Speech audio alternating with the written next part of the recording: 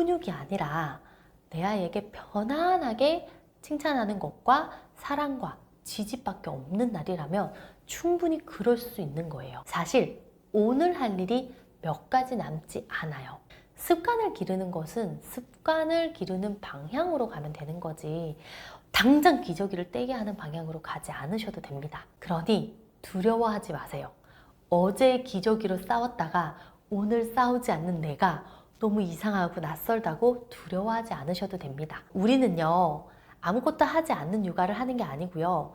긴 방정식 풀이 중에 너무나도 기초가 탄탄해서 오늘의 방정식 부분은 쉬운 중이에요.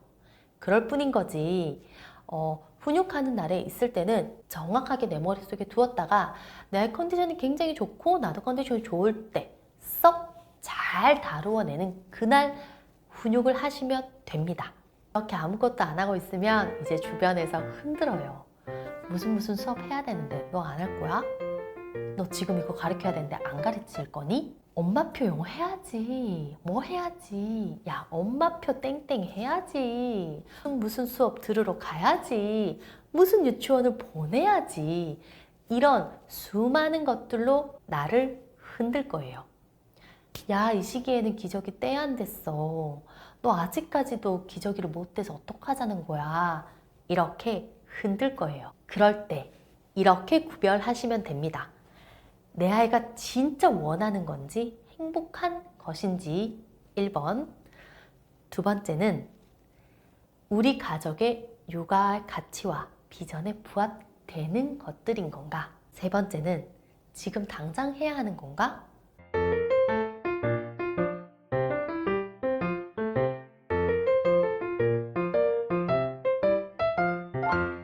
문제점들이 조금 해소되실 거예요. 저희 집은요, 사교육 하고 있어요. 심지어 1:1 과외예요. 5살이요. 이렇게 이야기하면 어머니들이 진짜 선생님 지금까지 아무것도 하지 말라 그래가지고 내가 다 끊었고요.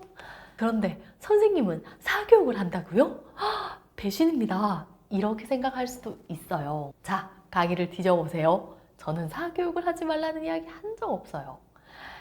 그런데 이런 방향에서 사교육을 선택하신다면 하셔야죠 라고 이야기를 드리고 싶은 거예요. 어떤 거냐면 어떤 아이들 중에는 언어 능력이 특출난 친구들 있을 수 있어요. 이런 아이들에게 제가 영유 보내지 말라 해야 될까요? 아니라고요.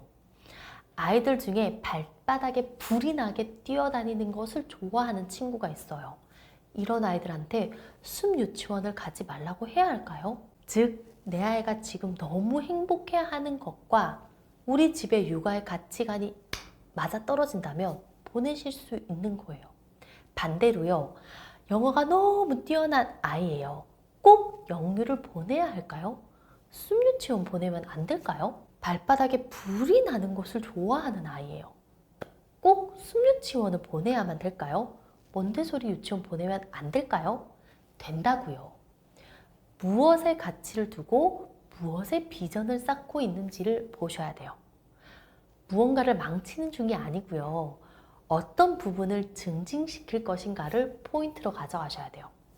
저희 집의 사교육 이야기를 드리자면 저희 딸은 5살에 1:1 피아노 교습소를 가고 있어요. 비싸요. 그런데 보내는 이유가 뭐냐면 저희 아이가 음악에 관심을 가지는 것은 조금 어떤 측면에서는 합당해요. 저희 신랑이 작곡가였고요. 저는 음악에 굉장히 관심이 많아서 저희 딸이 어릴 때부터 클래식, 국악, 판소리, 사물놀이, 재즈, 민요, 가요, 팝송 할 것 없이 사실 동요 빼고 다 들려줬어요. 제가 동요를 안 좋아하거든요. 그래서 저희 아기는 어릴 때부터 정말 많은 음악을 듣고 자랐어요. 그럼 음악에 관심이 있을 수밖에 없어요. 그러니 우리 아이가 행복할 건 맞죠. 그런데 저희 딸이 4세가 되던 해에 이런 일이 있었어요. 정말 친하게 지내는 친구의 딸이 피아노 학원을 가게 되었어요. 그 딸은 7살이거든요. 그 시기는 둘이가 정말 자매인 줄 알았어요. 정말 자주 봤거든요. 정말 많이 알려주더라고요. 피아노에 대해서. 봐봐, 손을 동그랗게 하고 이렇게 알려주더라고요. 그래서 저희한테 피아노를 하고 싶다, 우리 집도 피아노를 사달라 라고 땡깡을 부려서 피아노를 사주지 않았고요. 8만 원 정도 하는 그 키보드, 피아노 키보드를 한 대 사줬어요. 뭐 쿵쾅쿵쾅이죠. 그냥 행복하게 즐겁게 잘 치면서 지나갔고요. 5세가 되던 그 해에 피아노 학원을 보내달라 하더라고요. 5세에는 피아노 학원을 받아주는 곳도 있고 받아주지 않는 곳도 있어요. 그래서 동네에 피아노 학원에 몇 군데 전화를 돌려서 그 첫날에 바로 수업을 들어가는 게 아니라 오리엔테이션처럼 하더라고요. 그래서 저희 신랑이랑 둘이를 보냈더니 귀가하고 난 다음에 선생님한테 전화를 받았어요. 아이가 아무것도 못했다. 다시 한번 오리엔테이션을 하는 날, 적응하는 날을 잡읍시다 라고 이야기를 주시더라고요. 알겠어요 선생님 하고 제가 제 딸한테 물어봤죠. 뭐가 힘들었냐? 어떻느냐? 물어봤더니 피아노 대수가 너무 많고요. 피아노 소리가 너무 시끄럽고 그리고 오빠들이 너무 많이 뛰어다닌다는 거예요. 저희 아이는 낯설음도 높고요. 청각적 예민함도 굉장히 높아요. 그래서 일단 이 피아노 학원은 안 되겠구나. 그리고 대부분의 피아노 학원은 오빠들이 뛰어다니고 피아노 대수가 많은데 어쩔 수 없다. 당장은 이제 피아노는 가지 않는 걸로 이야기를 할게 라고 이야기하고 접었어요. 23년, 그러니까 5살 여름에 제 지인이 첼로 1대1 교습소를 열었어요. 진짜 고급 인력이거든요. 근데 싸게 해준대요. 제가 지인이어서 싸게 해준다는 거예요. 그래서 제가 보냈죠. 저희 아이한테 피아노 학원은 너무 크고 아직은 너가 좀 겁이 난다고 하니까 그럼 첼로를 한번 해봐. 그러니까 알았다 라고 해서 갔어요. 그런데 2달 정도 다니다가 안 다니겠다가 하더라고요. 왜 그러냐라고 하니까 힘들대요. 너무 팔도 아프고 너무 힘들다고, 재미가 없다라고 표현을 하면서 동시에 피아노 배울래 라고 표현을 하더라고요. 그래서 제가 피아노 학원에 다시 가고 싶어졌냐, 첼로를 하다 보니까 아마 음악적인 것들이 다시 깨어났겠죠. 그래서 피아노가 다시 하고 싶다 하더라고요. 피아노가 다시 하고 싶냐? 그렇다. 그럼 피아노는 몇 대 정도면 되냐? 3대에서 4대 정도면은 갈 수 있을 것 같다 라고 하면서 동시에 한 말이, 선생님과 자기가 1대1이어야 되겠대요. 첼로 교습소를 해봤잖아요. 그런 형태가 있다는 걸 제 딸이 안 거예요.